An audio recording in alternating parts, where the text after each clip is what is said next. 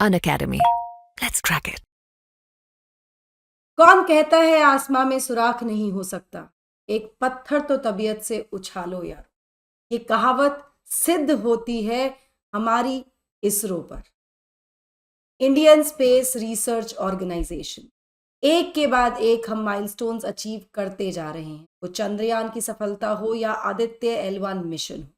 एक और माइलस्टोन हमने अचीव कर लिया है, जहां पर अब आदित्य L1 मिशन के द्वारा सोलर विंड्स को स्टडी करना शुरू कर दिया गया है।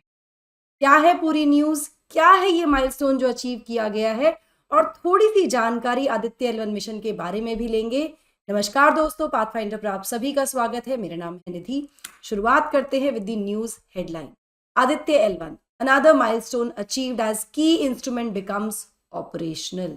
Solar wind particle experiment payload on board Aditya L1 starts operation, says ISRO.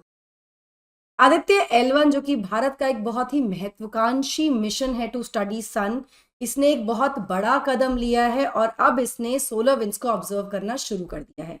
ISRO यानी कि इंडियन स्पेस रिसर्च ऑर्गेनाइजेशन ने ये डेवलपमेंट शेयर किया और बताया कि आउट ऑफ दी 7 पेलोड्स, एक पेलोड है Aditya solar wind particle experiment, यानी कि एस्पेक्स इसको कहा जा रहा है। मैं आपको यहाँ बता दूं कि ये सैटेलाइट जो गई है, जो आदित्य L1 मिशन है, इसमें 7 पेलोड्स हैं। मतलब 7 तरीके से अलग अलग चीजों को पढ़ा जाएगा, अलग अलग स्टडी की जाएगी। उनमें से एक है एस्पेक्स, जिसने अब सोलर विंड्स को ऑब्जर्व करना शुरू कर दिया है। इसके ऑपरेशन शुरू हो चुके हैं और ये बहुत ही ऑप्टिमल तरीके से परफॉर्म भी कर रहा है, ऐसा इसरो के बारे में इसरो के द्वारा बताया गया। नाउ, भारत के पहले सोलर मिशन में 7 डिफरेंट पेलोड्स कैरी किए गए हैं बाय दी सैटेलाइट, जो कि सन को पढ़ेंगे, जिसमें से 4 पेलोड जो हैं वो ऑब्जर्व करेंगे लाइट फ्रॉम दी सन, जो सूरज से रोशनी निकलती है उसके ऑब्जर्वेशन के लिए। बचे हुए 3 मेजर करेंगे in situ parameters of plasma and magnetic field. तो मैं यहाँ पे आपको बता दूं कि ये सन है, लेट्स से, और यहाँ पर है L1, पृथ्वी से लगभग नहीं 15 लाख किलोमीटर दूर, जहां पर ये सैटेलाइट है हमारी।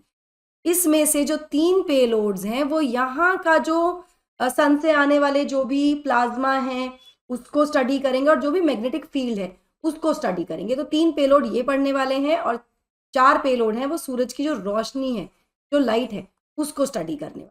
ठीक है, इसके बारे में और ज्यादा बेहतर तरीके से आगे भी समझेंगे, फिर डायग्राम भी समझाऊंगी आपको मैं। जो 7 साइंटिफिक इंस्ट्रूमेंट या पेलोड्स इस सैटेलाइट के साथ गए हैं, they include visible emission line coronagraph, जिसको वेल्क कहा जा सकता है, solar ultraviolet imaging telescope SUIT इसको कहा गया है शॉर्ट में, solar low energy X-ray spectrometer SoLEXS, इसके अलावा high energy L1 orbiting X-ray spectrometer Helios, Aditya solar wind particle experiment ASPEX, जिसने अपना काम शुरू कर दिया है, जो सोलर विंड को अब ऑब्जर्व करना जिसने शुरू कर दिया है, plasma analyser package for Aditya PAPA, short में इसको पापा कहा जा रहा है, advance tri axial high resolution digital magnetometers. तो ये 7 इंस्ट्रूमेंट है, साइंटिफिक इंस्ट्रूमेंट, जो सन को अलग अलग तरीके से स्टडी करने वाले हैं, जो सोलर एक्टिविटीज को स्टडी करेंगे। अगर सोलर एक्टिविटीज की बात करें तो they constitute solar flares. Solar flares हमको पता ही है, CMEs और huge plasma clouds, high speed solar winds and solar energetic particles. तो बेसिकली इस इंस्ट्रूमेंट ने काम करना शुरू कर दिया है एक तरह से, और अब ये एक बहुत बड़ा कदम माना जा रहा है हमारे आदित्य L1 मिशन में। ठीक है, इसके बारे में और ज्यादा बात करते हैं।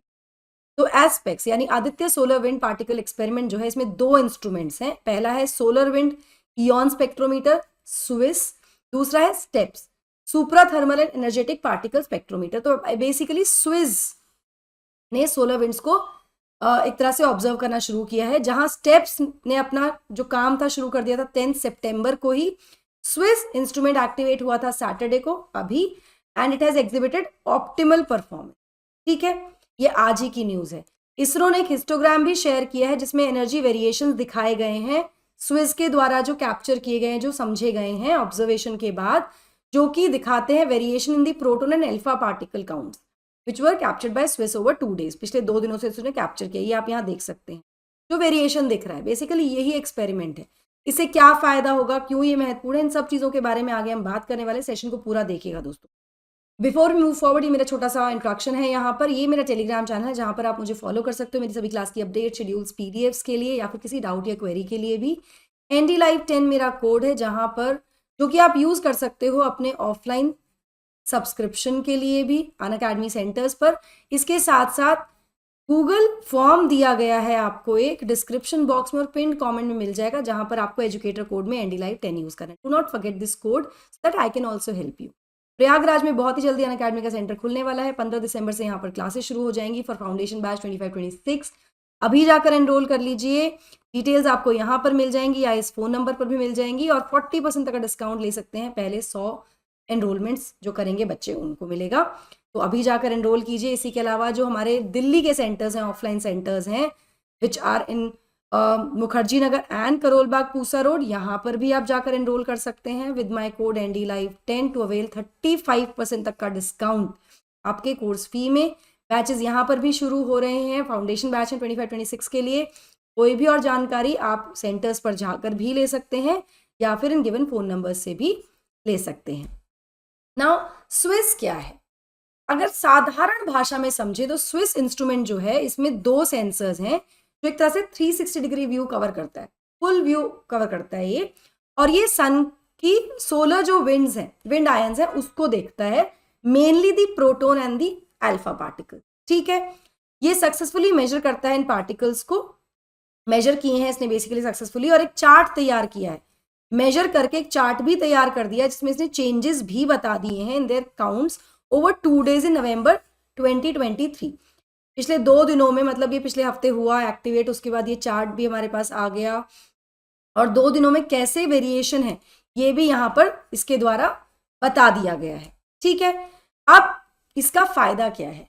जब हम एक्यूरेटली मेजर कर लेते हैं ना सोलर विंड पार्टिकल्स को, तो स्विस हमें 2 क्वेश्चंस के आंसर देने में मदद करेगा। पहला कि सोलर विंड्स कैसे बिहेव करती हैं, दूसरा इनका इम्पैक्ट क्या हो सकता है पृथ्वी, इसका क्या प्रभाव हो सकता है। यहाँ पर इसरो ने बताया कि जो चेंजेस हो रहे हैं in the ratio, in the number ratio of protons to alpha particle, जैसा स्विस के द्वारा ऑब्जर्व करके वो हिस्टोग्राम क्रिएट किया गया है, वो कहीं ना कहीं इनडायरेक्टली ये बताते हैं, हमें बता सकते हैं कि कब कोरोनल मास इजेक्शंस यानी CMEs रीच करेंगे सन अर्थ लेग्रांज पॉइंट L1 तक, यहाँ तक कब पहुंचे। लेग्रांज पॉइंट क्या होता है, CMEs क्या होता है, इसके बारे में समझ लेते हैं। तो कोरोनल मास इजेक्शन CME एक तरह का लार्ज रिलीज ऑफ प्लाज्मा है और मैग्नेटिक फील्ड है जो कि सन के कोरोना से निकलता है। अब यहाँ पर आप सन की अगर पिक्चर पूरा देख पा रहे हैं तो पूरा मैंने स्ट्रक्चर यहाँ पर दिखा दिया है। तो अलग अलग देखें तो यहाँ पर सन का कोर है इन द लास्ट में, बिल्कुल जैसे अर्थ के अलग अलग लेयर्स है ना, ऐसे सन की भी लेयर्स है। तो यहाँ पे कोर होता है and then there are, this is basically radiative zone जहाँ से रेडिएशंस होते हैं, ये कन्वेक्शन जोन है, इसके अलावा ये फोटोस्फेयर है, ये क्रोमोस्फेयर है, ये पूरा सन का एक तरह से हम कह सकते हैं कि इसकी लेयर्स हैं। यहीं पर सबसे बाहर वाली जो लेयर होती है, आपने कभी सूर्य ग्रहण देखा है? तो सूर्य ग्रहण में क्या होता है, पृथ्वी सन को छुपा देती है लेकिन एक पतली सी रिंग देखने को मिलती है, that ring is corona ring, है ना, उसको कोरोना बोलते हैं। ये corona is not COVID-19, this is a different corona. ठीक है, तो ये जो है यहां से निकलने वाला जो प्लाज्मा है, कोरोना से निकलने वाला प्लाज्मा और मैग्नेटिक फील्ड्स को बेसिकली जो रिलीज होता है इसका, उसको कोरोनल मास इजेक्शन कहा जाता है। आई होप आपको ये समझ में आया होगा। CMEs इजेक्ट कर सकते हैं billion of tons of material at speeds of 100 of kilometers per second, मतलब बहुत तेजी से ये बहुत बड़े अमाउंट में, मतलब billion of tons of material को इजेक्ट कर सकते हैं।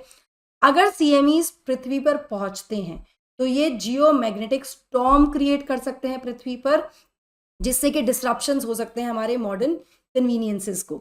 CMEs high energy particles carry करते हैं जो कि रेडिएशन पॉइजनिंग कॉज कर सकता है to humans and other man, तो काफी खतरनाक ये होता है। तो इसको डिटेक्ट करने में ये मदद करेगा हमें स्विस इंस्ट्रूमेंट। ठीक है, नाउ अब क्यों ये इतना बड़ा कदम है कि CME इसको डिटेक्ट कर पाएगा ना, इसलिए बहुत बड़ा कदम है। अब ये आदित्य L1 मिशन एक्चुअली है क्या, ये जान लेते हैं। ऑब्वियसली आपने इसके बारे में पहले ही पढ़ लिया होगा, सितंबर में लॉन्च हुआ था, तभी आपने इसके बारे में डेफिनेटली बहुत सारी वीडियोस देखी भी होंगी। हमारे चैनल पर भी इसकी वीडियो आप वो भी देख सकते हैं, पर यहाँ थोड़ा ब्रीफली मैं आपको बता देती हूँ। आदित्य L1 एक ऑब्जर्वेटरी या स्पेसक्राफ्ट है, ये सिर्फ सैटेलाइट नहीं है, ऑब्जर्वेटरी है जो कि मॉनिटर कर रहा है सन को 24/7। 24 घंटे सन को ये मॉनिटर कर रहा है, ऑब्जर्व कर रहा है। आदित्य L1 भारत का पहला डेडिकेटेड सोलर मिशन है जो कि लॉन्च किया गया था सितंबर 2 को श्रीहरिकोटा से, और इसने ट्रैवल किया है about 1.5 million kilometres from earth. 15 lakh kilometre ये पृथ्वी से ट्रैवल करके L1 में अभी फिलहाल है, वहीं पर इसको रहना है, वहीं से इसको सन को ऑब्जर्व भी कर, ठीक है। It is expected to be placed in a halo orbit around the Lagrange point L1 which is the point closest to the sun. अब ये क्या है लेग्रांज पॉइंट? लेग्रांज पॉइंट समझ लेते हैं। तो लेग्रांज पॉइंट एक ऐसी पोजीशन है इन दी स्पेस, एक ऐसी जगह है इन दी स्पेस जहां पर अगर किसी ऑब्जेक्ट को भेजा जाए तो वो टेंड टू स्टे पुट, मतलब वो वैसा का वैसा ही रहेगा, उसी जगह पर रहेगा, ठीक है। तो हम ये समझ सकते हैं कि लेग्रांज पॉइंट्स पे जो ग्रेविटेशनल पुल होता है दो बड़े मासेस का, जैसे in this particular case it's the earth and the sun, इनका जो ग्रेविटेशनल पुल है वो प्रिसाइजली इक्वल कर देता है सेंट्रीपिटल फोर्स को जो कि रिक्वायर्ड होती है किसी स्मॉल ऑब्जेक्ट के, इनके this case it's Aditya L1, उसकी सेंट्रीपिटल फोर्स को इक्वल कर देगा कि ऑब्जेक्ट जो है इनके साथ साथ मूव करेगा। जैसे जैसे अर्थ रोटेट करेगी ऐसे ऐसे आदित्य L1 रोटेट करेगा। इस पॉइंट पर आदित्य को अगर हमने यहाँ पे पुट किया है तो ये वो पॉइंट्स होते हैं। तो ऐसे 5 पॉइंट्स हैं in the earth and sun system which you can see L1, L2, L3, L4 and L5। तो L1 में Aditya L1 is placed right now, ठीक है। यहाँ पर एक हेलो ऑर्बिट में इसको प्लेस किया गया, जैसा कि मैंने आपको दिखाया भी था। This is the hello orbit जहां पर ये पहुंच चुका है और यहां से पृथ्वी के साथ साथ मूव करेगा एंड सूरज को 24 घंटे 24/7 ऑब्जर्व करेगा, ठीक है। यही एग्जैक्टली इसका पर्पस है, ये होता है लेग्रांज पॉइंट। आई होप आपको ये समझ में आ गया होगा, ठीक है। नाउ सूरज की स्टडी इतनी महत्वपूर्ण क्यों है, क्यों इसका इतना बड़ा एक वो है कि भाई सूरज को पढ़ना जरूरी है? तो सन जो कि कहीं ना कहीं सस्टेन करता है most of the life on earth, ये हमसे 4.5 बिलियन ईयर ओल्ड है, पुराना एक स्टार है। ये हमसे 150 मिलियन किलोमीटर दूर है अगर पृथ्वी से बात करें, और सन की जो ग्रेविटी है ये कहीं ना कहीं पूरे के पूरे हमारे सोलर सिस्टम को इकट्ठा करके रखती है। It holds the entire solar system together. Unlike the earth, जो सन का सरफेस है वो सॉलिड नहीं है, बल्कि किससे बना हुआ है? It is made of super hot electrically charged gas called plasma, ठीक है। According to US space agency, according to NASA, sun की जो एक्टिविटीज हैं फ्रॉम लाइक इसके जो पावरफुल इरप्शंस होते हैं, जैसे हमने सोलर फ्लेयर देखा है या CMEs देखा है एक्सेट्रा, ये powerful eruptions to steady steam of charge particles जो ये बाहर छोड़ता है, बाहर भेजता है और पृथ्वी की तरफ आती है, ये कहीं ना कहीं इन्फ्लुएंस करती है the nature of space through out the solar system. तो इसको पढ़ना हमारे लिए आवश्यक हो जाता है ताकि कुछ हद तक हम शायद प्रिपेयर भी कर सके अपने आप को और देख सके कितना, basically it is important for the scientific study, scientific research के लिए बहुत इंपॉर्टेंट है पृथ्वी पर लाइफ सस्टेन करने के लिए, क्योंकि हमने देखा CMEs कितने हार्मफुल हो सकते हैं अगर वो पृथ्वी तक पहुंच जाए तो वो सब पढ़ के उसके लिए प्रिपेयर होने के लिए this kind of studies essential and it is needed. चलिए, so that is all from my side guys. I hope you like the session. Do not forget to like, share and subscribe to the channel and also hit the bell icon so that you get notifications about the latest updates. Thank you so much. God bless. Take care.